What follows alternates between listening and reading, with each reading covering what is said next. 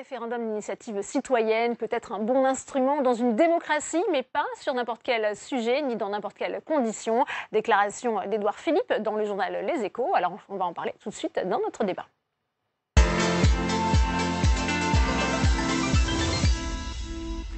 Et j'accueille sur ce plateau Sophie Taillé-Polian. Bonjour, merci d'avoir accepté notre invitation. Vous êtes sénatrice du Val-de-Marne. Vous avez rejoint le mouvement Génération de Benoît Hamon et vous êtes ici rattachée au groupe socialiste. Bienvenue à vous. Sur ce plateau également, François Patria. Bonjour, président du groupe La République En Marche au Sénat, sénateur de la Côte d'Or. Yves Saint-Omer est également avec nous. Bonjour. Vous êtes professeur de sciences politiques à l'université Paris 8, chercheur au Centre de recherche sociologique et politique de Paris. Et Benjamin Morel. Bonjour, vous êtes docteur en sciences politiques à l'École normale supérieure. Première question pour vous, d'ailleurs, qu'appelle-t-on un RIC ? Alors un RIC, un référendum d'initiative citoyenne, ou référendum, jadis on parlait plutôt d'initiative populaire, c'est un référendum, comme son nom l'indique bien, dans lequel l'initiative de la question, alors après on peut discuter de la façon dont va être mise en forme le texte qui va être soumis, mais l'initiative du sujet, l'initiative de la question et l'initiative de la procédure revient à des citoyens. Et donc, on a notamment un certain nombre de mécanismes qui ressemblent à des mécanismes de pétition. Donc, vous avez une partie du corps électoral qui va être sollicitée par un certain nombre d'intermédiaires pour réunir un certain nombre de signatures. Et ensuite, eh bien, on va pouvoir enclencher une procédure. Je vous fais une réponse très très générique, mais on va y revenir très probablement. Les méthodes de ce référendum d'initiative citoyenne, tout de même, sont relativement diverses. Il y a un certain nombre de limites qui peuvent être diverses, il y a un certain nombre de questions qui peuvent être diverses, et toute la procédure de mise en forme entre la question qui est initiale et ensuite la question qui va être réellement posée et le texte qui va être réellement élaboré, c'est là-dessus que se joue un certain nombre de nuances qui en fait font que le mécanisme en tant que tel peut être enrichi, peut être amendé. On va y venir effectivement, Benjamin Morel. Sophie Taillé-Polian, on voit le gouvernement se dire favorable à ce principe. Il n'avait pas d'autre choix que d'accepter cette revendication des Gilets jaunes ?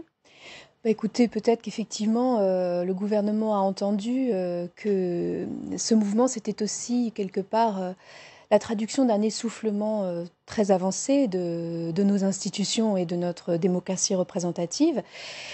La proposition du référendum d'initiative citoyenne, d'ailleurs, était présente dans un certain nombre de programmes présidentiels, notamment le programme de Benoît Hamon.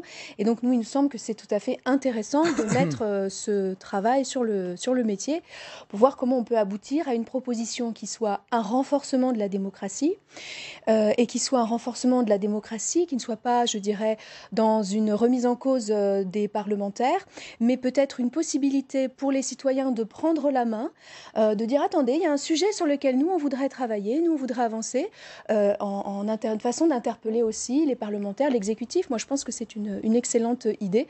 Après, il faut bien entendu prendre le temps d'en débattre des modalités pour que ce soit à la fois faisable et puis respectueux quand même de l'idée démocratique et d'un fait majoritaire. Ouais, François Patria, c'est vrai qu'il y avait déjà ce référendum d'initiative partagée, c'était possible depuis la révision constitutionnelle de 2008. Pourtant, ça n'a pas vraiment fonctionné, ça n'a jamais été utilisé. Je me méfie un petit peu sur ce RIC dans un contexte aussi incandescent que celui que nous connaissons aujourd'hui, que nous avons connu. En temps, j'allais dire, apaisé, poser cette question me paraîtrait plus adéquat parce qu'on voit bien le sens des questions et leur utilisation. Dire qu'aujourd'hui, notre démocratie représentative est essoufflée, ça veut dire quoi? Je vous pose la question, chers collègues, néanmoins amis. Ça veut dire que l'élection du président de la République au suffrage universel serait remise en cause? Que l'élection des députés serait remise en cause? Avec un taux d'abstention tel qu'il est, oui. Que l'élection des sénateurs serait remise en cause. Alors si on doit changer... Si on doit changer les choses, mais pour régler le problème, plutôt que de changer le problème du RIC par ailleurs, rendons le vote obligatoire. Et le problème de l'abstention ne se pose plus. Comptabilisons les votes blancs. Aussi. Et l'abstention ne passe plus. Et là, on n'a pas besoin du RIC par ailleurs, parce que la légitimité est exacte. Dire aujourd'hui que parce que les gens ne vont pas voter, les élus ne sont pas légitimes.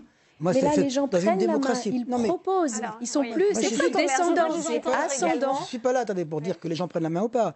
Le référendum tel que l'a proposé Nicolas Sarkozy, il est encadré, peut-être de façon inadéquate, sans doute, mais si on doit demain se tourner vers forme de référendum et pas la votation à la Suisse, que j'ai le sentiment que le taux de participation aux votations suisses, il est on va de y plus en venir, plus en François baisse et il Patria, n'est pour pas voir si c'est également. transposable. Donc c'est ma position à moi aujourd'hui.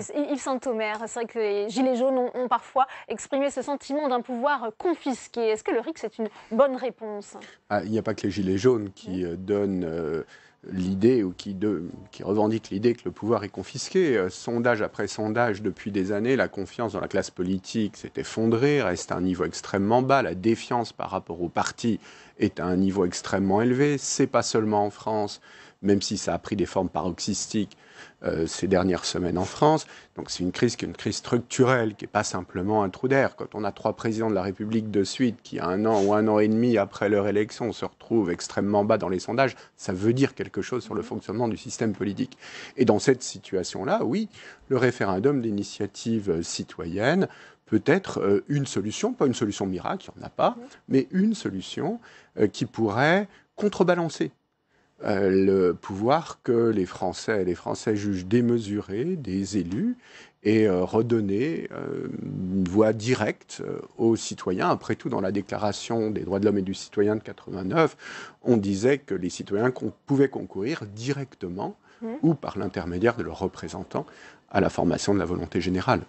Benjamin Morel, je repose la question, ça n'avait pas marché en 2008, est-ce que là, sur quoi faut-il jouer pour s'assurer du succès de ces consultations citoyennes? Oui, non, il faut être sérieux sur le mécanisme mis en place en 2008. Le mécanisme mis en place dans la révision constitutionnelle de 2008 avait une vertu, c'est qu'il ne serait jamais utilisé. Il vous faut 10% du corps électoral et il vous faut 5% des parlementaires. Jusque-là, un cinquième des parlementaires, jusque-là c'est facile.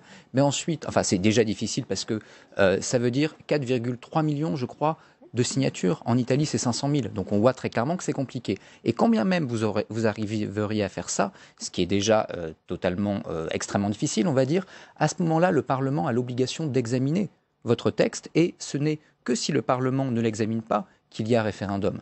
Donc on est très clairement dans quelque chose qui a la senteur du RIC, mais qui n'en a très clairement ni la couleur et encore moins la saveur. Alors après, qu'est-ce qu'il faut pour que ça marche mieux? On en parlera sans doute, on a d'autres exemples à l'étranger qui montrent que, on peut avoir des mécanismes. Et en effet, c'est un mécanisme de respiration démocratique qui peut être réellement un mécanisme efficace. Après, la question qui se pose, je renvoie peut-être un peu tout à l'heure à votre intervention, c'est est-ce qu'il est compatible avec l'idée aujourd'hui que l'on se fait de la politique en France? Cette idée très bonapartiste d'un chef de l'État qui est élu pour appliquer son programme et qui l'applique vaille que vaille, sans accroc. Avoir des RIC, c'est accepter justement que le chef de l'État soit faillible, que la politique qui est mise en place n'est pas toujours la bonne et qu'elle peut être amendée. Ça, c'est compliqué au vu de la politique majoritaire en France. Yves Saint-Omer, vous direz. Oui, je voulais aller dans le même sens en rajoutant simplement quelque chose, c'est que même si ça finissait par aboutir, ce référendum d'initiative dite partagée, qui en fait est à l'initiative des parlementaires, ce ne serait pas une bonne chose, parce que pour que ça soit véritablement des réponses aux questions posées, il faut que ça se fasse souvent.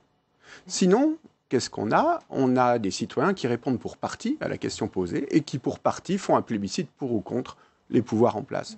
Donc ça n'a de sens que si on ne veut pas avoir un plébiscite et qu'on veut avoir un vrai référendum régulier, il faut le faire souvent et pas de façon exceptionnelle.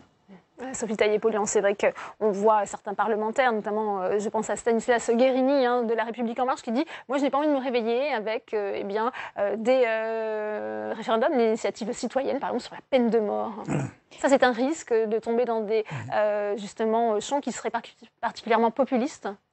Écoutez, je pense que la situation aujourd'hui appelle à ne pas tomber dans les caricatures. Si effectivement on a un certain nombre de garde-fous, d'un nombre de signatures qui soient, je dirais, quand même pas forcément évident de récolter. C'est important cette question du seuil. Mais bien sûr, c'est extrêmement important. Nous avions fixé, lors de la campagne présidentielle de Benoît Hamon, 1% du corps électoral. Je ne sais pas si c'est peut-être trop, c'est peut-être pas assez. Ce sont des choses qu'il faut aussi travailler, d'une part avec les promoteurs du RIC, avec des spécialistes, des gens qui sont très pointus sur les histoires constitutionnelles. Enfin voilà, il ne faut pas évidemment faire n'importe quoi. Mais il faut arrêter que les politiques soient perçus comme dans leur tour d'ivoire, ayant peur du débat, ayant peur des décisions, ayant peur de... C'est aussi l'éloignement des politiques qui fait qu'on en est aujourd'hui dans cette situation-là. Et je crois par exemple que La République En Marche devrait s'interroger sur le programme aussi de réduction du nombre de parlementaires et donc d'éloignement des élus par rapport aux citoyens, parce que ce que ça pose, c'est une difficulté à parler aux élus, à avoir accès aux élus.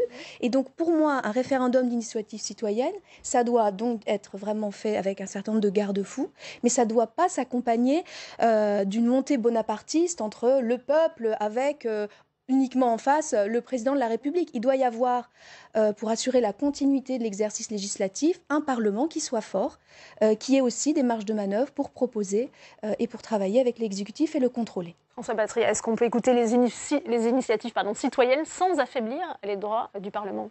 Alors, deux choses. La première, je reviens sur l'exemple que vous avez posé. Quand je vois dans les questions qui peuvent être posées, j'ai regardé sur les réseaux sociaux, il y a effectivement la peine de mort, l'avortement. Est-ce que vous imaginez que s'il y avait eu un référendum, un RIC sur l'avortement, elle aurait avorté? Non. Pour la peine de mort, pour Badinter, lors de la peine de mort, il y aurait eu un RIC? Non. Or, ce sont considérés aujourd'hui, oui, bien sûr. Mais en Irlande, il y a eu un référendum attendez, moi je vous parle de la France. très positif sur l'avortement. Personne n'aurait cru ça. Vous voyez, le débat démocratique, à l'époque, ça a été fait en France. C'est positif. À l'époque, ça a été France. On aurait perdu peut-être 30 ou 35 ans. Il y a encore eu des morts et des drames. Vous avez peut-être raison. Mais d'abord, moi ensuite, je ne m'interroge pas sur ce que pense le Parti socialiste. Il y a longtemps que je pense qu'il ne pense plus. Donc vous pouvez vous interroger sur ce que pense La République En Marche. C'est votre problème, c'est pas le mien.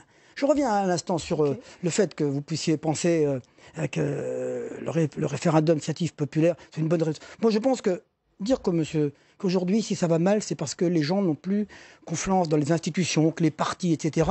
Mais posez-vous la question. Est-ce que ce sont les institutions qui sont en cause ou les électeurs? Vous pouvez changer le peuple. Non, je ne change pas le peuple. C'était Bertolt Brecht qui disait après l'insurrection hongroise de 1956. Laissez-moi terminer. Lorsqu'il y a un divorce trop grand entre les dirigeants et leur peuple, on peut changer le peuple. Laissez-moi terminer. Donc j'imagine un président élu l'année 1, qui à l'année N+2, déjà est menacé de destitution par un RIC. Non mais comment peut-on gouverner ce pays, sinon par la fermeté de la Ve République aujourd'hui, qui a permis que les institutions tiennent plus de 60 ans, voire 70 ans aujourd'hui, que le pays soit gouverné, peut-être contesté. Et je remarque d'ailleurs que ceux qui aujourd'hui demandent à force et à cri le RIC sont des gens qui, pour la plupart, ne sont pas allés voter. Parce qu'ils ont soi-disant plus confiance. Ils ne sont pas allés voter. Beaucoup disent « moi je ne vais pas voter, je ne vote plus ». Il y a un premier moyen d'expression dans une république, si on peut s'exprimer contre ou pour. Et ça pourrait changer le résultat. Si vous voulez, le RIC, on sait faire. On a encore une fois des exemples étrangers et on sait également limiter éventuellement ces dérives à travers, comme vous le disiez, un seuil de signature et également à travers un certain nombre de limites mises aux questions. Par exemple, si jamais vous faites un référendum législatif, vous ne pourrez pas aller contre les droits fondamentaux parce qu'il peut y avoir un contrôle préalable, par exemple, du Conseil constitutionnel. Idem d'ailleurs pour les questions budgétaires. On peut éventuellement imaginer un certain nombre d'instruments. Alors c'est moins démocratique du coup, mais en tout cas, si c'est ça l'angoisse, on sait faire pour restreindre. En revanche, ce pourquoi, à mon avis, le RIC en France, c'est difficile, c'est justement votre discours, c'est-à-dire qu'on est fondamentalement dans un système bonapartiste. Le RIC, ça remet en cause fondamentalement le statut du chef de l'État. Pourquoi De Gaulle gouvernait par référendum? Parce que De Gaulle est un vrai bonapartiste. Quand il arrive au pouvoir, il dit « il y a moi, il y a le peuple. Je gouverne directement, j'assume tout le pouvoir et je soumets un référendum. Si jamais le peuple me désavoue, je démissionne. » En France, eh bien, on a gardé ces institutions-là, mais il n'y a plus de Gaulle. Et les successeurs de Gaulle ne peuvent plus se permettre de gouverner comme ça. Mettre un RIC, c'est mettre un test pour le chef de l'État tous les ans ou tous les 2 ans. Et ça, fondamentalement, dans un système hyper concentré autour d'une seule et même figure, comme le président de la République, c'est problématique. Et je vous rejoins. On ne peut pas mettre le RIC, en fait, sans repenser fondamentalement l'organisation des institutions et notamment assurer une meilleure séparation des pouvoirs en revalorisant le statut du Parlement. Sophie Taillé-Polian, ça fera peut-être partie de la révision constitutionnelle, mais on ne sait pas quand elle sera à l'ordre du jour. Oui, là, on est un petit peu dans le flou, mais c'est normal. On a besoin aussi de laisser retomber une situation complexe, très... Voilà, donc ce sont des débats qu'il ne faut pas aborder de manière trop virulente et trop à chaud. Moi, je voudrais réagir à ce que vous disiez, François Patria, par rapport à la destitution. C'est comment dirais-je, ou le référendum révocatoire. C'est une chose qui fait partie des propositions de certains gilets jaunes. Personnellement, moi, je n'y suis pas favorable. Je ne suis pas favorable à des référendums On a beaucoup entendu, révocatoires. Effectivement, cette question. Après, il faudra que le débat ait lieu, puisque le président de la République a lui-même identifié ce sujet, le Premier ministre. Mais pour ma part, je n'y suis pas favorable. Mais par ailleurs, je pense aussi que l'inversion du calendrier, qui fait que les parlementaires aujourd'hui, en tout cas les députés, sont très très fortement liés à la légitimité du président de la République. Et Jospin. Mais... Et nous ensemble. Je ne dis pas le contraire. Moi, je ne cherche pas à dire des responsabilités. Enfin, la situation telle qu'elle est, elle est effectivement assez longue. Pour ma part, je ne suis parlementaire que depuis 1 an et demi, donc j'en assume peut-être moins la paternité ou la maternité que d'autres. Mais il faut regarder les choses très objectivement. Ça a beaucoup plus changé l'équilibre entre les institutions qu'on aurait pu le penser, ou en tout cas tel que le débat était posé à l'époque. Donc il faut, à mon avis, redonner du pouvoir au Parlement, peut-être donc le déconnecter davantage de l'élection au suffrage universel du président. Enfin bref, comme le disait M. Morel, je crois que c'est l'équilibre général. Une constitution, c'est quand même un équilibre subtil, une gestion de contradictions, de contraintes, pour arriver à quelque chose d'à la fois robuste, solide, mais aussi vraiment à l'écoute et qui fasse vivre la démocratie. En tout cas, pour ma part, je pense que la question de la révocation, personnellement, je n'y suis pas favorable. Oui, mais c'est un risque à prendre. Les parlementaires aussi. Sophie Taillé-Polian. Les parlementaires aussi. Oui, moi, je crois qu'il faut tout de même se rendre compte de la situation. On est au XXIe siècle. La société, elle a bougé énormément. Pensez à la différence de socialisation entre la génération de ceux qui ont aujourd'hui 18-20 ans et celle de leurs grands-parents. La société, elle a évolué énormément et on a un système politique qui, lui, vous le disiez, il a 70 ans, il n'a pas bougé ou pas beaucoup. Et je crois qu'aujourd'hui, oui, dans des dimensions relativement secondaires, je crois qu'aujourd'hui, il faut se rendre compte que si on garde le statu quo, on va au-devant de crises majeures qui vont bien dépasser celles que nous avons connues au cours des dernières semaines. Et je crois qu'aujourd'hui, pour être sérieux, il faut être audacieux. Et qu'il faut aussi faire le bilan de ce qui existe à l'étranger. La Suisse connaît le référendum d'initiative citoyenne, ils appellent ça l'initiative citoyenne. Personne ne va voter. C'est pas vrai. Non, la moitié des gens vont voter, autant que pour les élections. Et lorsque l'on additionne le nombre de fois où les citoyens se déplacent, ils ne vont pas voter à chaque fois. C'est d'ailleurs relativement normal, on n'a pas forcément une opinion sur tous les sujets. Eh bien, ils font partie des citoyens qui votent le plus en Europe. Et par ailleurs, il y a le référendum révocatoire. Le référendum révocatoire, il existe par exemple en Californie. Que je sache, la Californie n'est pas en perdition, elle est plutôt bien gouvernée. Il y a eu révocation à certains moments. C'est difficile de faire une révocation. Je crois qu'il faut en finir avec les fantasmes. C'est transposable, ça, Benjamin Morel, ces exemples californiens, suisses, à la France ? Directement, non. Si vous voulez, la Suisse est quand même très particulier. Vous avez les cantons qui ont énormément de pouvoir. Et par exemple, on a eu récemment un référendum en Suisse, parce que quand vous faites un référendum national en Suisse, c'est forcément pour modifier la Constitution. Je parle sous votre contrôle. Et donc, on a eu un référendum récent pour savoir s'il fallait inscrire des subventions aux agriculteurs qui ne coupaient pas leurs cornes des vaches dans la Constitution suisse. Donc, le cas suisse est très particulier. Mais après, le mécanisme suisse, lui, peut être adapté. On a des pays qui sont plus similaires aux nôtres, comme l'Italie. En Italie, vous avez une majorité qui mène une politique, vous avez des référendums d'initiative citoyenne qui n'ont pas lieu non plus tous les 4 matins, et pourtant, voilà, le pays fonctionne relativement bien, donc c'est transposable. Idem pour la Californie. Donc, encore une fois, il ne faut pas forcément avoir peur de ces mécanismes. Il y a la Suisse, il y a d'autres pays d'Europe qui l'utilisent, et donc à partir de là, très clairement, si vous voulez, toutes les angoisses qu'on peut avoir vis-à-vis de ces mécanismes, on sait comment les mesurer, on sait comment construire des seuils qui permettent de ne pas avoir une votation tous les matins. On sait comment établir des limites pour pas que ça se traduise par des dépenses budgétaires gigantesques. Donc tout ça, on sait faire, il faut simplement la volonté politique. François Patria, ensuite je vous donnerai la parole. Yves Saint-Omer, il va falloir une révision constitutionnelle si on veut peut-être permettre au RIC d'exister en France. Est-ce que les parlementaires sont prêts à voter une réforme qui pourrait peut-être affaiblir leurs propres droits ? Le problème n'est pas là. D'abord, je souhaite qu'il y ait une réforme telle que l'a prévu le chef de l'État. Et je souhaite qu'elle vienne le plus rapidement possible. On me dit maintenant que ce ne sera plus en janvier, que ce sera possible en mars. Je souhaite qu'elle soit votée avant l'été. Je le souhaite. Faut-il ou pas inscrire ce RIC qui surgit au milieu des demandes contradictoires de gens qui, d'extrême droite, d'extrême gauche, de toute façon n'ont pas voté Macron, d'autres qui n'ont pas voté du tout, qui demandent la démission de Macron aujourd'hui. On voit bien que c'est l'alliance du la carpe et du lapin pour essayer de créer une crise de régime. Est-ce que sur la base d'une crise de régime, on doit bouleverser l'ensemble? Moi, je pense que nous avons des institutions qui sont stables et que nous pouvons les modifier. Donc, je ne suis pas hostile a priori au RIC. Mais je souhaite que ce RIC soit installé non pas dans des conditions qui empêchent, mais qui soit bien encadré autour du type de questions qu'on puisse poser. Sur les cornes des vaches, très bien. Bon, voilà, poser. Et puis de la modalité de la poser. Parce que si c'est pour êtes-vous préféré ou être riche et en bonne santé que pauvre et malade, je connais la réponse du référendum. Sophie Taillé-Polian. Je crois qu'il ne faut pas prendre les gens pour des imbéciles. Je ne pense pas que les citoyens ils vont poser la question est-ce que vous êtes pour le bonheur ou contre la guerre? Enfin, je veux dire, les gens ils peuvent poser un certain nombre de questions tout à fait importantes qui nécessitent débat. Ça a été le cas notamment en Italie sur les problématiques nucléaires. Donc c'est des vrais sujets et à la fois qui impliquent une réflexion citoyenne. Moi, je crois qu'il faut faire confiance aux citoyens. Je crois que c'est vraiment la différence entre nous là.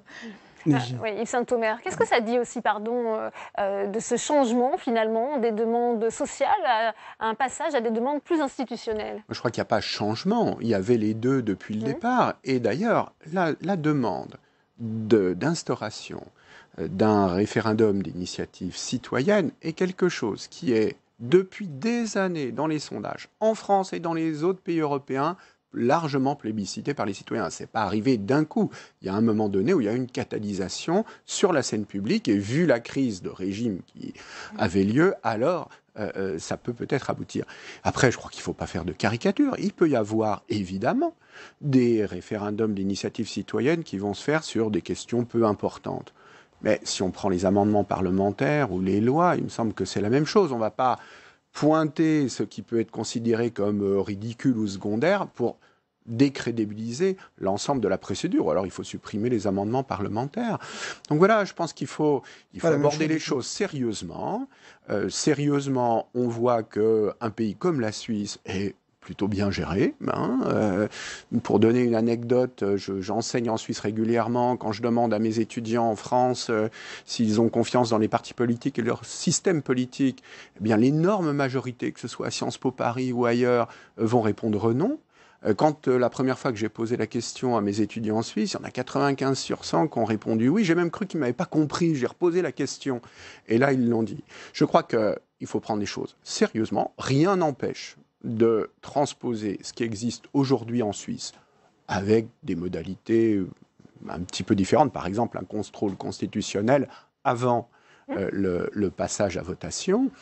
Rien ne l'empêche. Il n'y a pas de raison majeure qui, techniquement, rendrait cela impossible ou qui, culturellement, rendrait cela impossible. Benjamin Morel. Oui, la seule petite difficulté technique, c'est la mise en forme du texte, si vous voulez. Vous avez une initiative citoyenne, ensuite il faut que le texte soit mis en forme pour qu'il puisse rentrer effectivement dans l'ordre juridique, mais là on peut donner aux citoyens un accès à des ressources juridiques. Donc tout ça, si vous voulez, ça ne pose pas de problème fondamental.